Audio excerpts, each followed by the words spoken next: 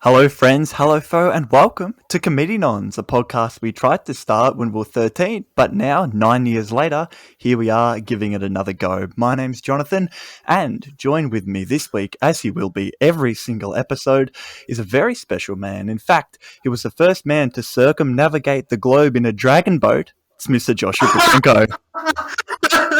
Yeah, that's me. My name is also known to my friends as Matthew Flinders.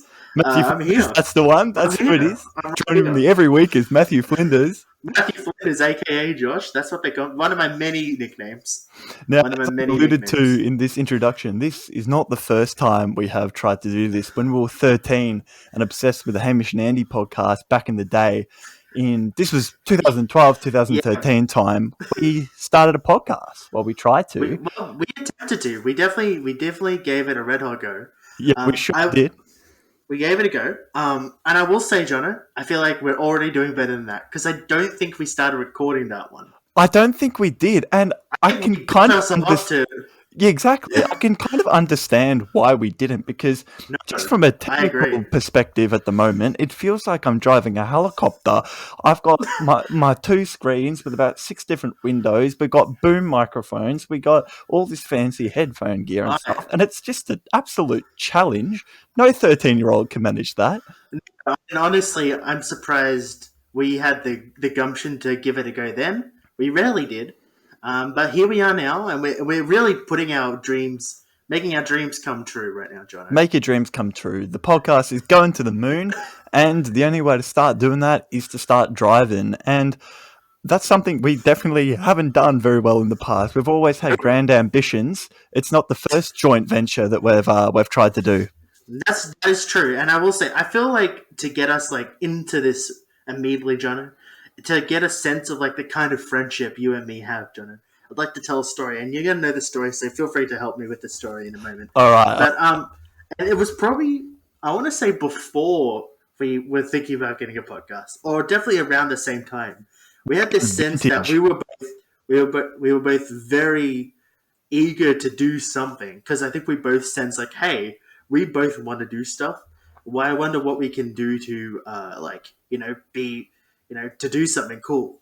And I remember at the time we were both playing instruments. I think one important factor to incorporate into this story is how old we were at the time. Right, we were probably about 13. About 12 or 13. 12, 13. When we say playing instruments, we were squawking. That's what we were doing. We had them in our hands. We did. We did. We had the instruments in our hands. That's one thing. And I would say that we were definitely thinking about how well they could be played when we were going to play them. Whether or not that translated into a performance is another thing. Absolutely. And I think the other thing that maybe held back the band was the fact that you played tuba and I played guitar. Oh, that's stop. That would probably be the thing that I think would really have actually stopped the band right there. I think you're wrong. I think you're wrong. Name me 10 bands of tuba and guitar. I won't get you to do it because there's so many. We'll be here all night. It's just not worth giving it a go. And I will say also, it's not like we were even playing. I wasn't playing electric guitar. No. No. It doesn't mean that I would even be able to be heard over the tuba. Tuba is a big brass instrument. It doesn't need to be sent with a microphone to make it louder, right? It doesn't. No. And you would think that, right, we would go, well, a tuba is really loud, and in order to match that sound, the guitar player would need some kind of electric guitar. But no, of course not. We're going to be using I've got a bloody acoustic. I don't think it was even acoustic. I think it was classical, so it's got the soft strings. That's right. I think it was definitely one of them. It was. I remember I wasn't just a tuba player. I remember both of us also sang. So I would do umpa and a bit of la di da at the same time. Do you remember what song? We had one song that I vaguely remember. Think Again. Think Again. That's the one. I have no idea what it was about. I remember because it was influenced by the fact we were both in the social justice club at the time. Being young, white, private school kids. Exactly. So what are you going to sing about? What do white private school kids sing about people who are less than them. Both you and I bought skateboards recently. Now, We did. yours That's true. came in just 1 or 2 days ago. I've had mine for a Yesterday. while, and I have had experience being completely inexperienced, and I am ready to prepare you for the absolute horror that you're going to experience. Please do. I'd love if you could give me about like a top 5 tips for the beginner.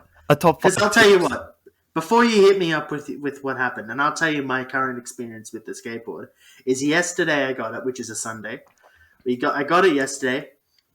I took it out, psyched myself up. I was like, "Yeah, let's go.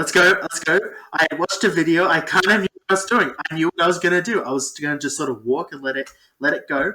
I just sort of walked around with it. I was like, this is going fine. I tried to get on top of it. While you're walking, you're thinking it's going to be fun while you're walking. I had a foot on the board, and I was like practicing taking it off. And I was going and going and going. I'm like, all right, I'm going to psych myself up. I'm going to put 2 feet on the board, which is the thing that freaks you out. Freaked me out so much. I put it up. I was there for about 2 seconds, and I went onto my side. Oh no! 2 seconds on the board, and then that's it. I tell you what, I got a big lump on my hip to prove. Honestly, skateboarding injuries, when you go down, and unfortunately, I don't think that's ever going to go away, because you watch the Olympics. I think our Australian guy in the Olympics fell down like 6 times in his event. It never goes away. But when it comes to learning a new skill, I think it's always hard as an adult. When you're a kid, you're allowed to learn new things because you're a kid and you haven't done anything, right? In order to do things, you have to do them. But when you're an adult, learning new things becomes harder. And I think it's even harder when you're learning a new thing that kids do. And skateboarding definitely falls into that category. There's like, most people would learn to skate when they're around 8, 10, 12, when they're teenagers, when they're young kids. And I'm 22. So when people see me on my skateboard, maybe the big helmet is a giveaway that I'm a beginner. But I think most of the time they're assuming that I'm going to be good. And there's an assumption that if you're young and you have a skateboard, when I say young, I mean like 20s young. If you're in your 20s and you have a skateboard, you're likely to have grown up with it. So you have to be good. Exactly. So people who are driving behind you expect to not have to beep you and not have to yell at you from the windows going, "You freaking fool, what the hell are you doing? Get off the road." That's exactly right. It makes it dangerous because people don't get out of the way. It's like, bro, I don't know what I'm doing. I don't know how to turn. I can't stop. I can only go faster because if I try and maintain speed, I get too wobbly. But if I start pedaling, I pick up more speed. I get more stable. It's a nightmare.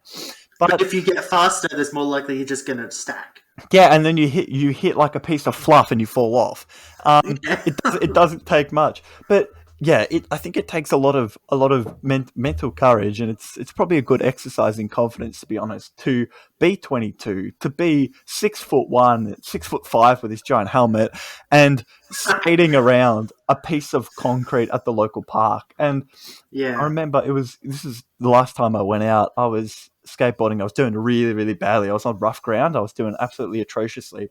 And there was a dad like helping his like 3-year-old daughter learn how to like scoot on a scooter, and she was scootering around, and I'm going past, and he goes, "Oh, like let the man through," and then he starts realizing that I have no idea what I'm doing, and I just go, "Mate, don't worry, she's better than me," and he goes, "You know what? She's a lot better than you." It's got to feel bad. And I'll tell you what the worst thing about a skateboard is. When you learn to ride a bike, and I will say this, I remember being so scared when I first started riding a bike, right? Terrifying. I remember when you first started to ride a bike, you got your training wheels on, you feel comfortable because you got more than 2 points hitting the ground at the time. You got your hands on the handle bar, and you're going forward, and you can turn, and that's easy. And you're sitting down as well. You're sitting down. It's fantastic. It's great. It really is. The problem starts to occur when you're 20, 21 for me, and you're trying to do a skateboard, you know, like skateboarders say, trying to do a skateboard, as being someone who's a skateboardist and has the lingo of a skateboarder, yes, trying to do a skateboard, and you don't have anywhere to put your hands. No, you don't. You don't have anywhere to put your hands, and when you get on the board, it's very wobbly. Yeah. And suddenly you realize, holy shit, what the hell am I doing? Your hands in a permanent state of flailing. It looks like you're trying to get off, that you're trying to fly. So when they say, Tony Hawk is Birdman, quite literally, I'm flapping my hands like a bird. I'm trying to keep myself stable. Absolutely. And I haven't had that much experience, as I literally just said. But you know what I mean. Exactly. Look, go out there, enjoy it. But my biggest piece of advice is if you're skating and a 10-year-old on a skateboard comes up to you, run away, because he is way better than you. And no matter how strong you are and how confident you are in your own abilities, he's going to make you feel terrible. Do you remember the the flying? What's it called? The flying rally, the thing at the Birdman. The Birdman rally. Birdman. That's what it is. Birdman Yes. rally. That's what that made me think of. The Birdman rally. I've Yes. never seen that. Only ever on the news. No, I after went. the case. I went. I have. You went to the Birdman rally. I have some dirt on the Birdman rally. I do. Was it as good as I think it is? Mate, it's so much worse. And No. You have brought up a memory. We'll have to get to that then. I remember all through primary school, right? You'd always watch the Birdman rally, and you'd watch it on the news and stuff, like you were saying, and they just show these people going 16, 15 meters, jumping amazing. in the river. And when we finally went. I went in high school or whatever. So it'd been 10 years of me building up to this moment, and we went to the Birdman, and it runs for 4 hours. So what you can tell from that, yeah. What you can tell from that is the ones that they put on the news. That's the absolute best from a very, very long line of participants, and they're jumping every minute or two. And the very disappointing thing is there's two categories. There's the eagle and there's the tiger. And the eagle... There are categories? There are categories. And the tiger category... Put my hand up here, Jono. Yeah. Before you get into it. Yes. I can't help notice. It's called the Birdman Rally. One of the categories you've described is a bird. And the other one is not a bird. does not have wings. I don't know if you know that, Jono. And I don't think they know. I'm glad that your big corporate brain has figured that one out, because you couldn't be more correct. Is this my character? This is not my character. I'm the corporate. You're the corporate guy. Corporate boy. You couldn't have got it more correct though, because the tiger category, they don't even have no wings. They got no wings.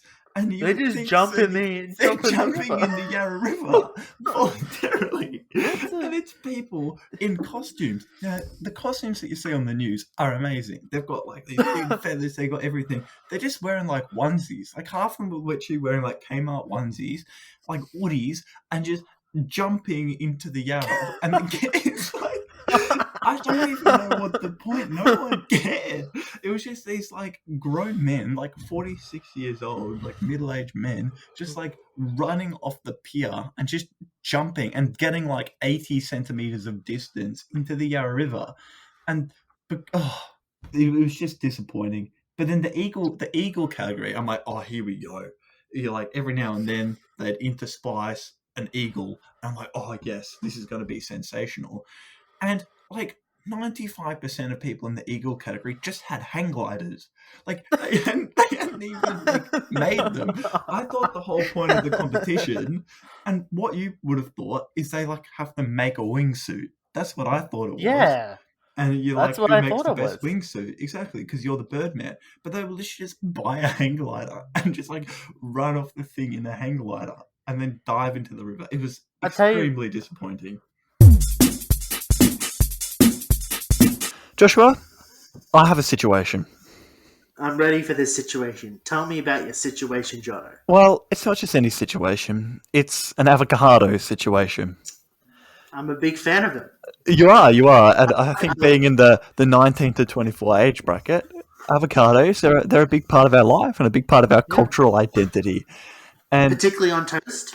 On toast. Mate, a nice crispy sourdough toast. I reckon a little bit of dukkha in there. Oh, just perfect. Hits the A spot. couple sprinkles of salt on top as well. Oh, and a little bit of cracked pepper and a bit of chili Love flakes. a bit But love a bit of that.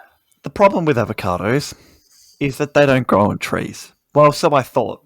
But I found out they do grow on trees. And I thought, hang on a minute. We can do something with this. This is good. I thought they grew at Coles. I thought Curtis Stone just brought them in every morning, but it turns out he doesn't. And they actually do grow on trees. And it was in the first lockdown last year, so probably about a year and a half ago now. And I saw on TikTok a video of somebody who got an avocado from Woolworths, and they took the seed and they put it in a cup of water.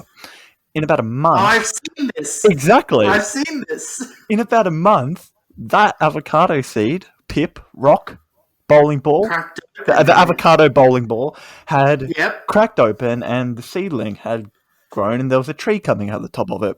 And I thought this was a fantastic idea because it's free food. You buy an avocado. Like a perfect idea. Exactly. You buy an avocado from Curtis Stone, you put it in water and you grow your own avocados for free from the supermarket. Seems great. What's the problem with it? Exactly. Well, how supermarket avocado seeds actually grow, I have no idea. I didn't realize they were actual vegetables, but it turns out they are. I will say, Jono, I thought that behind those big double doors that you see people coming out with the big produce, I thought they just had a big farm out there. Big, like, glass domes. Like in like Star Trek or something, on like a spaceship, because they need to carry when they're starting a colony on the moon, like in The Martian where he's growing potatoes. Imagine these big domes in this big hallway, because Coles is so big and it always feels like it's so small inside. Like there's always like a big area in the back that feels like it should be a big dome. Exactly, the building is massive but the shop is small. But yeah, so I got some avocados and I planted their little bowling balls in some cups. I had about 6 of them on the go.